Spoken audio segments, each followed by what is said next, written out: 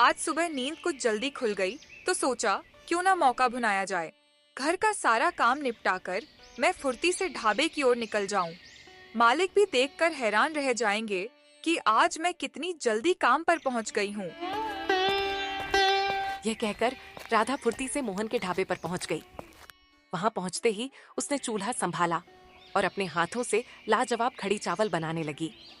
नवीनपुर ही नहीं, आसपास के गांवों तक में राधा की खड़ी चावल का नाम मशहूर था। जैसे ही उसकी खड़ी की खुशबू ढाबे में फैलनी शुरू होती, ग्राहकों की भीड़ उमड़ पड़ती और हर कोई उसकी बनाई थाली पाने के लिए आतुर नजर आता। अरे वाह, क्या कमाल की खड़ी चावल बनी है। जरा खुशबू तो देखो, मुंह में पानी आ गया। सच कहें तो ऐसा स्वाद पूरे इलाके में कहीं नहीं मिलता। जैसे ही राधा के हाथों से बनी गर्मा गर्म खड़ी चावल तैयार होकर चूल्हे से उतरती, उसकी खुशबू पूरे ढाबे में फैल जाती। देखते ही देखते बाहर से ग्राहकों की भीड़ उमड़ पड़ती। कोई प्लेट हाथ में लिए खड़ा तो कोई बेसब्री से अपनी बारी का इंतजार करता। अरे राधा बेटी, जरा फुर्ती दिखा। जल्दी से एक थाली खड़ी चावल की परोस दे। सुबह से पेट में अन्न का दाना तक नहीं गया, फिर काम धंधे पर भी निकलना है।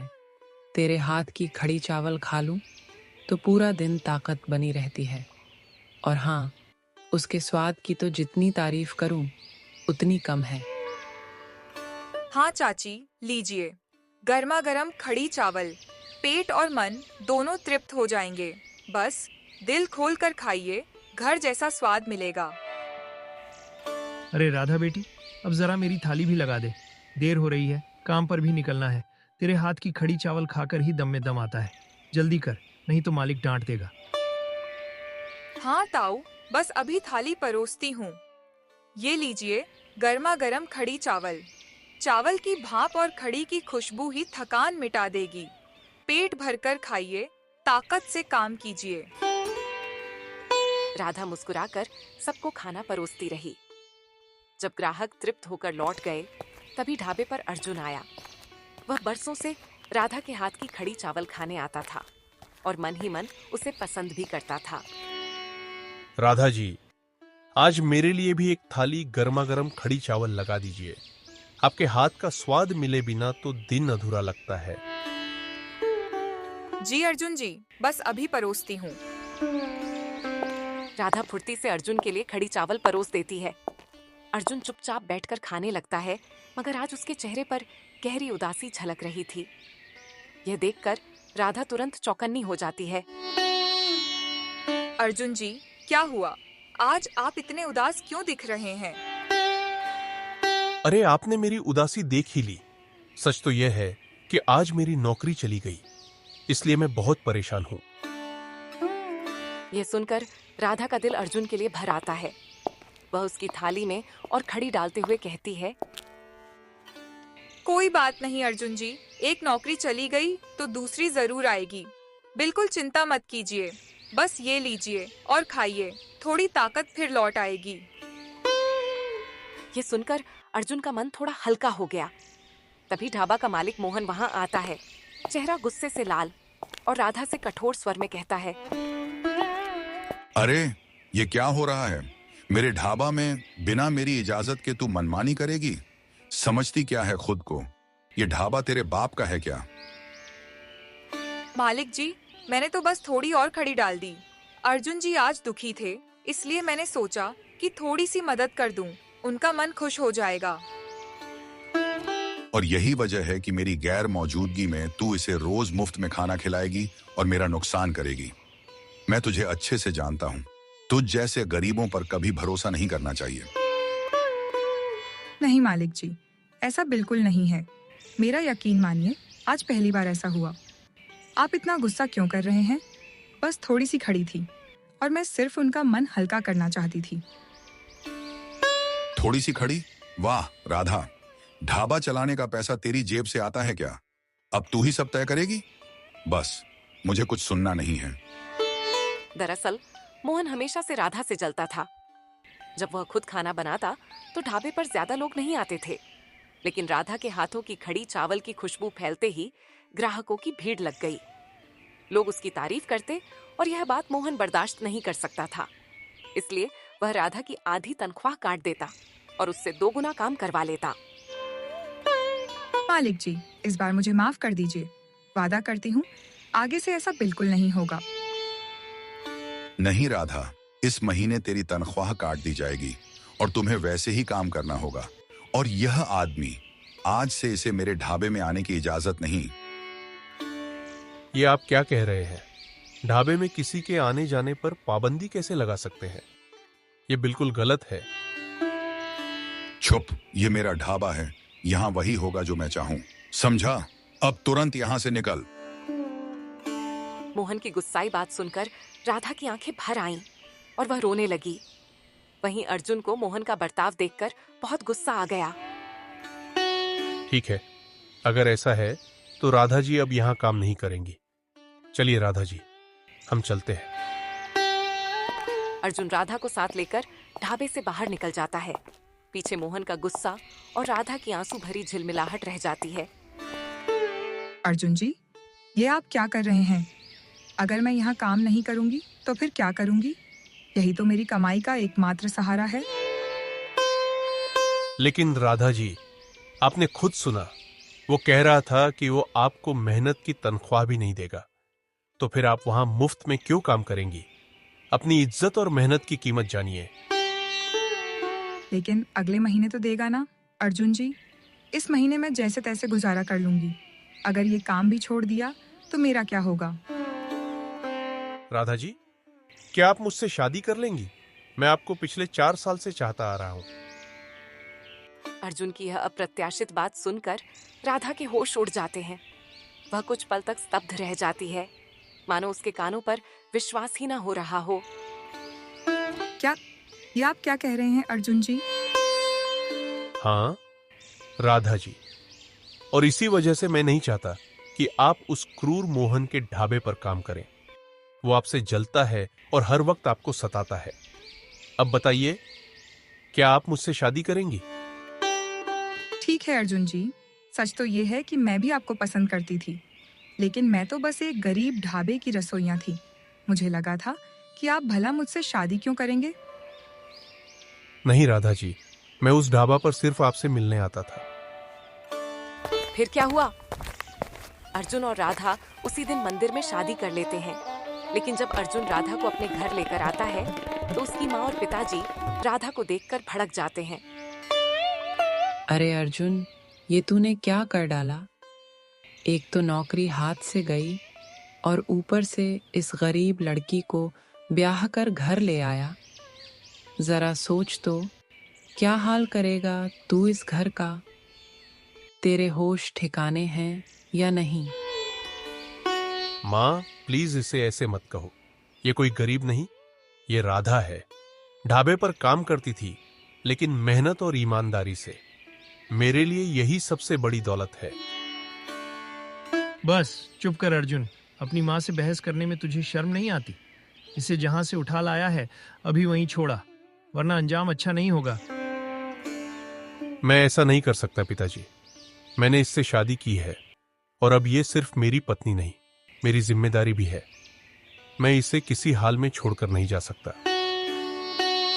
जब तुझे दूसरी नौकरी ढूंढनी चाहिए थी तब तूने ये सब तमाशा कर डाला, और ऊपर से हमसे बहस भी कर रहा है।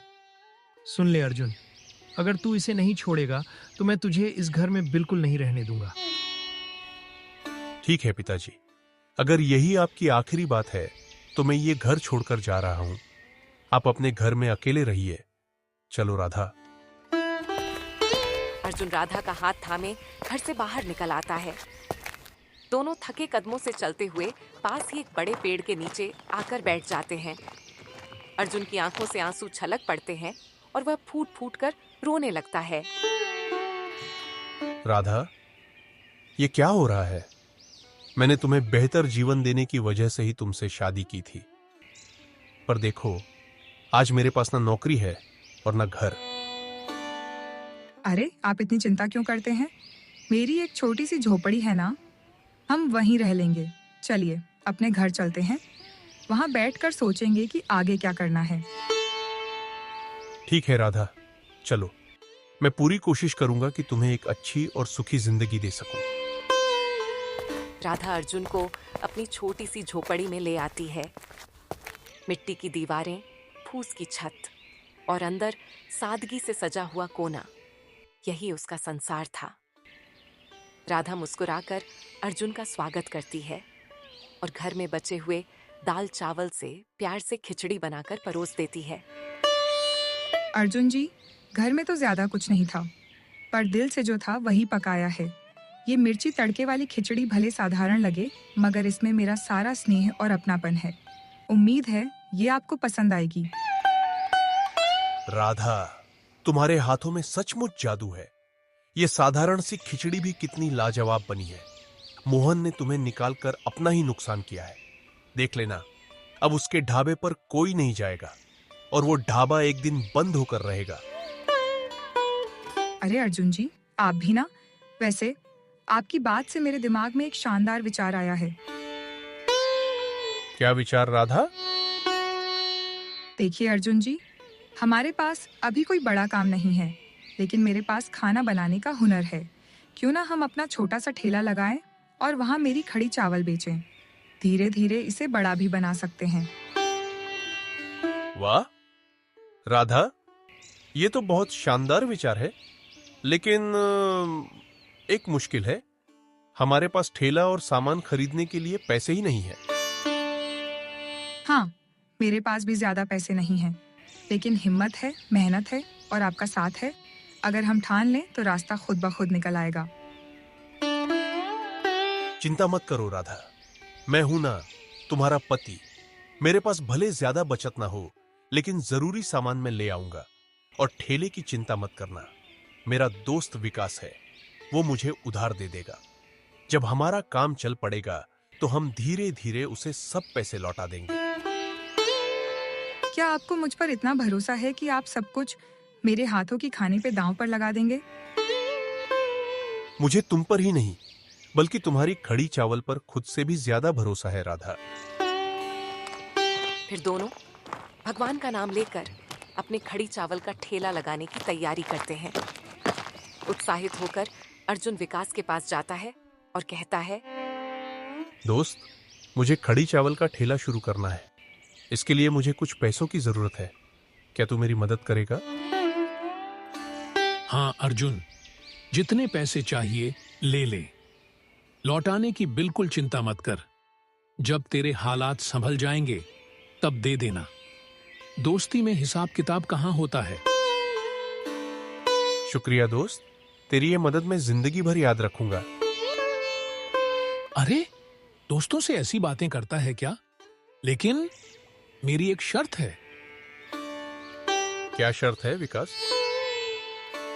शर्त यह है कि तुम्हारे ठेले का पहला ग्राहक मैं बनूंगा और इसी बहाने भाभी से भी मुलाकात हो जाएगी। हाँ, क्यों नहीं, कल जरूर आ जाना। हमारे ठेले का पहला ग्राहक बनकर आना। विकास अर्जुन को पैसे दे देता है।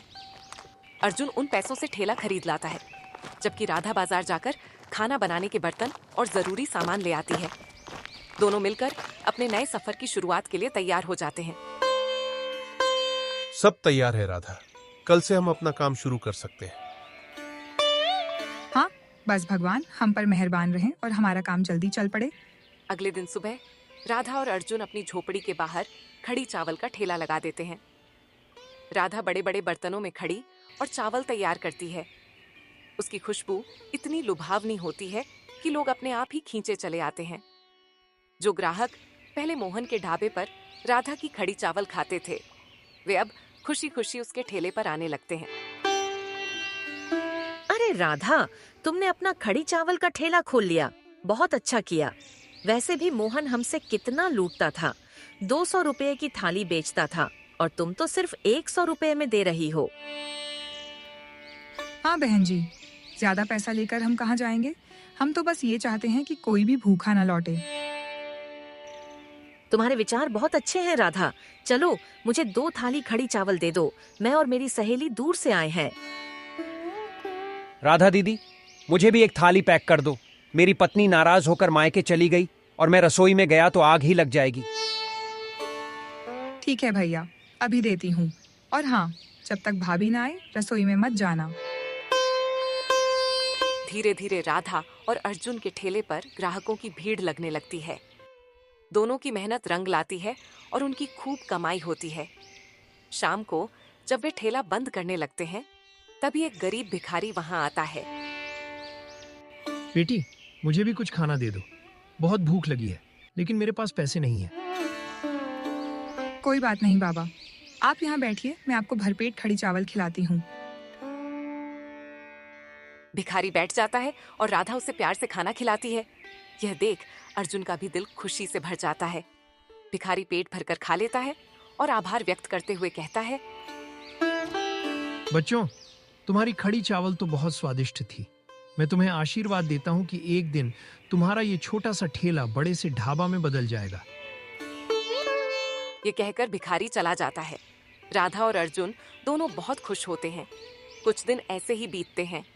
उनका ठेला खूब चलता है और हमेशा भीड़ रहती है। धीरे धीरे पैसे बचाकर राधा और अर्जुन अपना ढाबा खोल लेते हैं।